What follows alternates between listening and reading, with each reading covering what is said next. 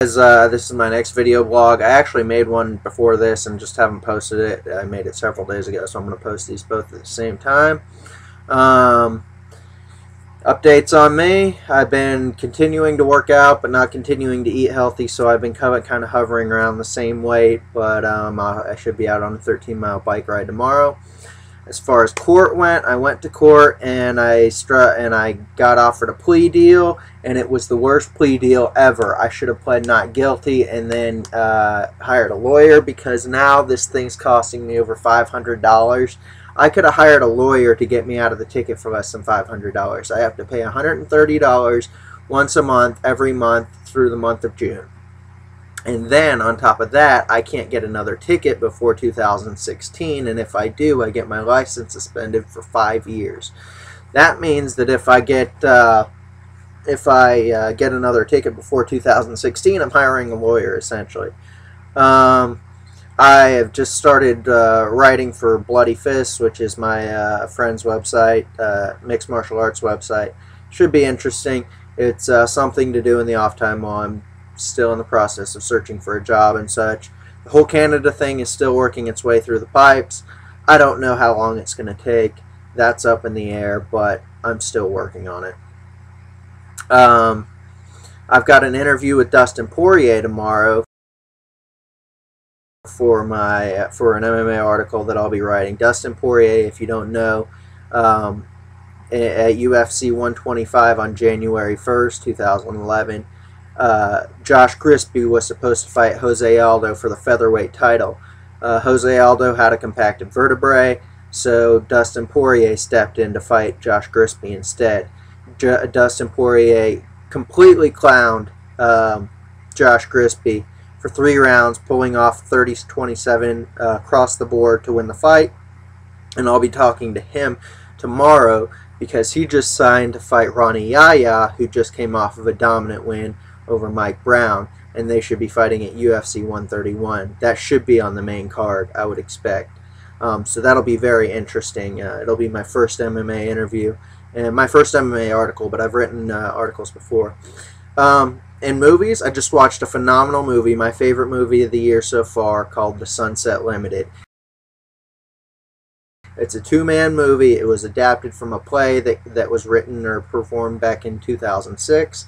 It stars Samuel L. Jackson and Tommy Lee Jones, and they're both sitting in a room discussing the ramifications of life and death, essentially. It's an extremely good movie. It's on HBO right now. If you can, DVR it and watch it. It's a movie for everybody. Well, kids probably won't get it. There's a lot of wisdom in it, and there's a lot to chew on. I give it a 9 out of 10. It might be a 10 out of 10. The movie is phenomenal. Definitely see it. The Sunset Limited. I saw another movie called Waiting for Superman. It's a scathing review about the American public school system and how our education system is set up. It looks down on our education system to one point because the education system has been failing the students. On the other hand, it really looks up to the education system for the reforms that it's imposing around some public schools, and how some public schools are dramatically changing while others are still wallowing in the dirt. But I think it's a really important documentary, and it's an extremely interesting documentary. In MMA news, Michael Bisping is getting really ticked off about Jorge Rivera. Jorge Rivera has been around the block quite a few times in MMA, and it only seems like lately is he really coming out swinging, talking about how Michael Bisping doesn't have knockout power, how just terrible things about Bisping's stand-up, and how Jorge Rivera is much better, and evidently it's really getting under Bisping's skin. So this should be a really interesting fight. We should see a knockout this fight. I really want to see Jorge Rivera pull it out, but I think we'll end up seeing Michael Bisping pull it out. I don't care. Regardless, this is going to be a great fight. I'll be even more excited if Jorge Rivera takes out Michael Bisping. Next, Tito Ortiz pulled out of his fight with Lil Nog because he's scared. I'll be the first one to say it. Tito's scared. He did not want to fight Lil Nog. Therefore, Phil Davis, who was previously scheduled to fight Matt Hamill has stepped up to the plate to fight Lil Nog. Not only that, but Matt Hamill has stepped up to fight Rampage Jackson at UFC 131. And aside from that, Matt Hamill didn't get assigned to fight Rampage Jackson. He asked to fight Rampage. He went looking for that fight. Matt Hamill is, you can't help but admire this guy's tenacity. So that will be extremely interesting.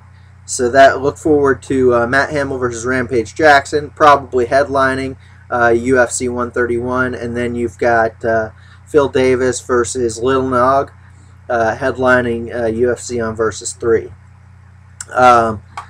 Next, or that's not UFC on Versus 3. That's Ultimate Fight Night 24 rather.